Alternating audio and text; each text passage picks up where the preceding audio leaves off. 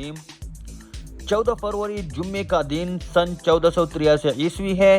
موجودہ ازبکستان کی ایک چھوٹی سی شہر، اس وقت کی چھوٹی سی ریاست کے حکمران عمر شیخ مرزا کے گھر ایک بچہ جنم لیتا ہے اور بڑھتے بڑھتے جب 12 سال کا ہو جاتا ہے تو اس کا والد فرغانہ ریاست کا حکمران اس فانی دنیا سے رخصت ہو جاتا ہے اور سلطنت کا تمام بوجھ اس 12 سال کے بچے کے کندھوں پر آ جاتا ہے اور یہ بچہ اقتدار سنبھالتے ہوئے اندرونی اور بیرونی سازشوں کا شکار ہو جاتا ہے، اور وہ سازش کرنے والی کوئی اور نہیں بلکہ اپنے رشتہ دار ہے۔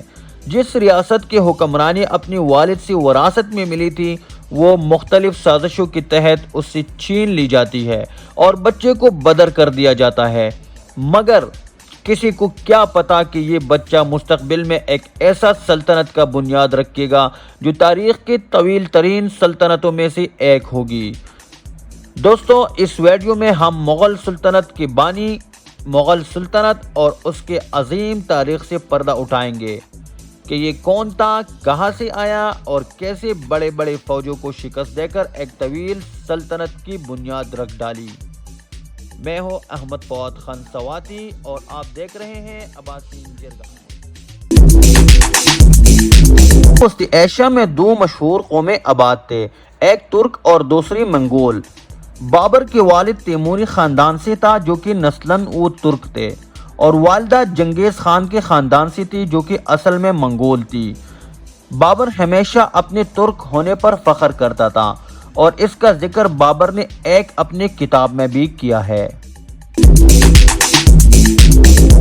ظہیر الدین محمد بابر 14 فروری جمعے کے دن 1483 میں ایک چھوٹی سی ریاست فرغانہ کے حکمران عمر شیخ مرزا کے گھر پیدا ہوئے۔ بابر کا والد فرغانہ کا حکمران تھا۔ بابر کے والد نے بابر کی اچھی تربیت میں کوئی کسر نہیں چھوڑی اور سلطنت کے امور بھی وقتاً فوقتاً سمجھاتے رہے۔ جب ظہیر الدین محمد بابر 12 سال کے ہو گئے تو اس کا والد عمر شیخ مرزا اس دنیا سے چلے گئے۔ اب ظاہری بات ہے کہ ریاست کے تمام بوجھ ظہیر الدین محمد بابر کے کندھوں پر آ پڑا، مگر کیا ہوتا ہے کہ اقتدار سنبھالتے ہوئے بابر کے اوپر مصیبتوں کے پہاڑ ٹوٹ پڑے، جو کہ سب سے پہلے اس کے اپنے رشتہ دار دشمن بن کر مخالف ہو گئے۔ ظہیر الدین محمد بابر خود تو ایک توسیع پسند انسان تھا، وہ ہر حالات کا مقابلہ کرنا بھی جانتا تھا، ہر کسی کے ساتھ اچھا پیش آتا تھا۔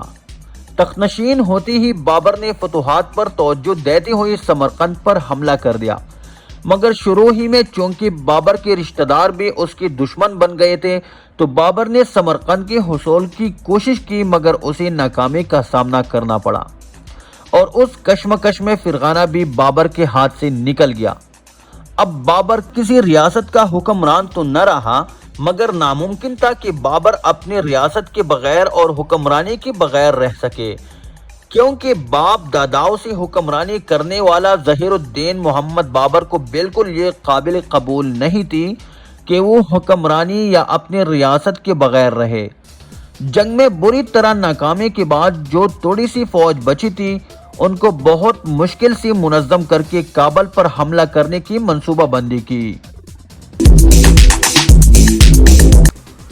اور منصوبہ بندی پوری ہوتی ہوئی سن 1504 عیسوی میں بابر فوج لے کر کابل پر چڑھائی کر لی اور آخر کار کابل کے اوپر قبضہ جمانے میں کامیاب ہو گیا، اور یوں بابر ایک بار پھر حکمرانی کے تخت پر تخت نشین ہوا۔